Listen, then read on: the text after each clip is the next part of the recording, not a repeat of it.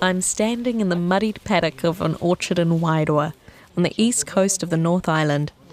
It's owned by Tatau Tatau o Te Wairoa, Wairoa's post-settlement trust. Alongside apples, they're helping grow the Rohe's rangatahi with a horticulture training program that's finally coming to fruition. For Robin Carr, who oversees the trust's horticulture program, including the cadetship, it's been a story of homecoming. Kia ora, ko Robin Carr tōku ingoa. He uriau no te aitanga māhaki me rongo mai wahine.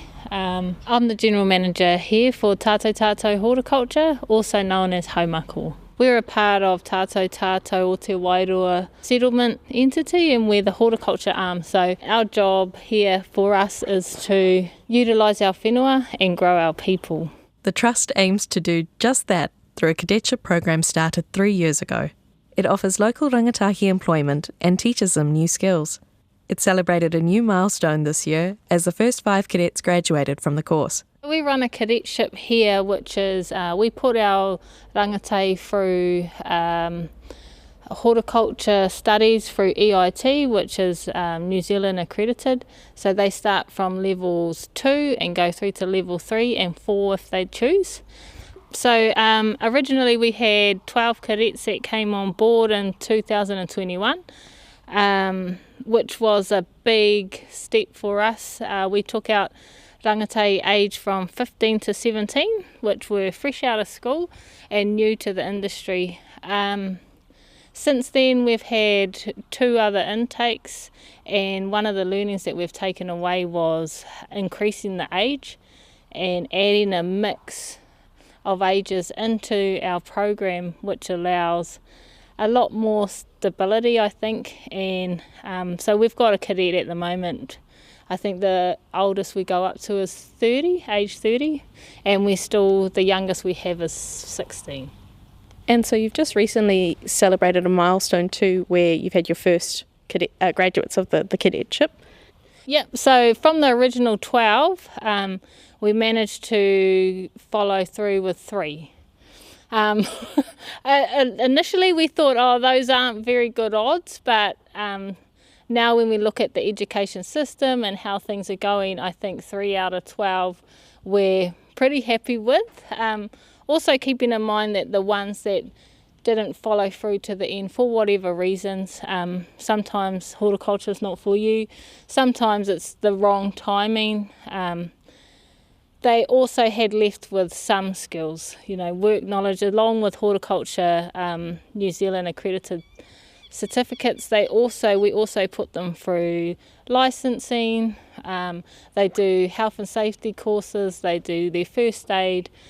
So although they didn't complete the full 3-year cadetship program, each and every one of them left with some skill or some license that they had gained since their time with us.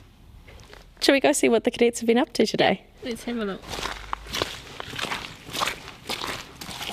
I spoke to 2 of the cadets as they finished with some riparian planting along a waterway, including recent graduate George Cox.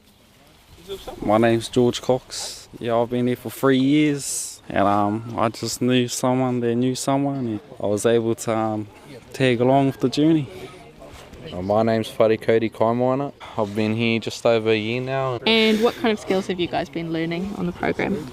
A lot of skills. We get our credits for horticulture, get our levels. I've able to got my level 3 through this cadetship. Feels good, I got kicked out of school and stuff like that, so I had no NTA levels, and now I got something. What have you got over there? Is that all apples? Yeah, envy apples. Yeah, all of them envy apples. You guys nice sweet apples. Nice sweet apples. Yeah, I was gonna say, you guys excited when you get to try them and see the fruit, how it turns out? Yeah. We got another orchard out Tara. Same variety. Yeah, the apples are nice.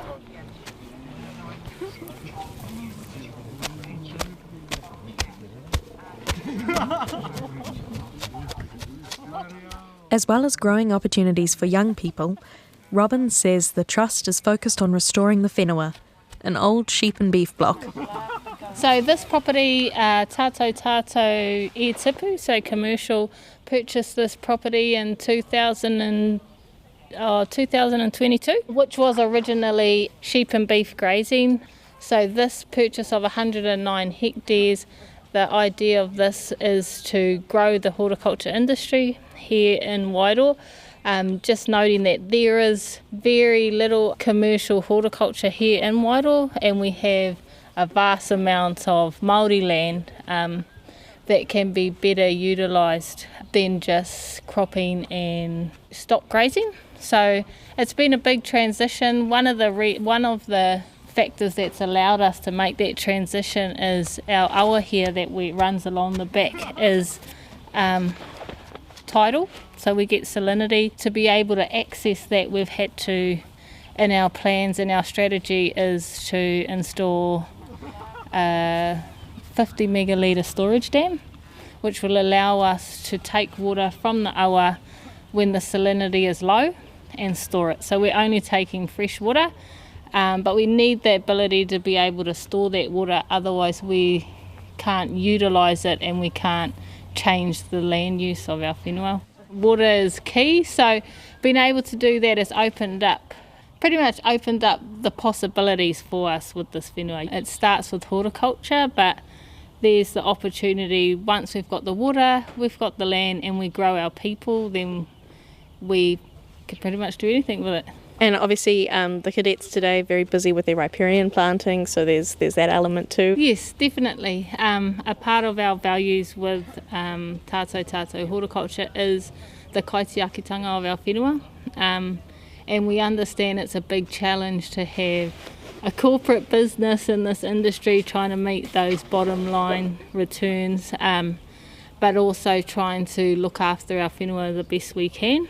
That's just part of it for us, so we incorporate that like they have to do. We have to do our riparian planting, not because we have to, but because we want to. The idea of this whole entity is it's for future generations. So what we do now, we're building up a good footing for the next generations to come and so on. So it's very important for us to make sure that we are doing every little bit we can. You know, we monitor our runoff, maintaining our waterways, we look for alternative options before using just the standard horticulture recommendations. All of the cadets whakapapa to one of the kāhui that we have as the beneficiaries for our settlement fund. So it actually hits home a bit more that they're here working on their whenua, then we must take care of it. The Trust has big plans for the future of the program too, and hopes to grow Wairoa's horticulture sector, unlocking further economic opportunities for the region and its rangatahi. We understand that horticulture, growing the trees and growing the product is probably the first step. Where we'd like to be is have the ability to grow it, also pack it and market it, even if it is just, to start off with. One of the risks that we have is the road.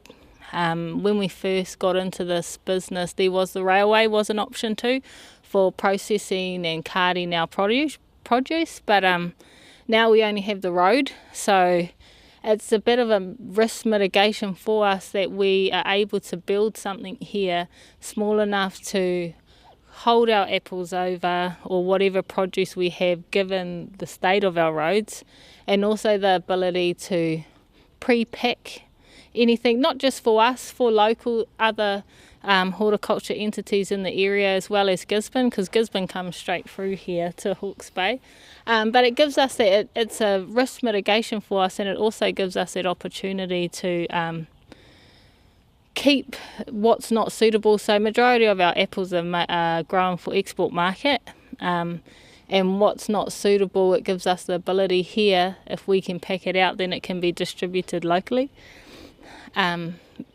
So that's the ultimate goal we would like to be, where we are growing it, packing it, distributing it and marketing it ourselves. That was Robin Carr, George Cox and Whare Kauri Kaimoana talking to Janina Schwanaka on an orchard in Wairoa.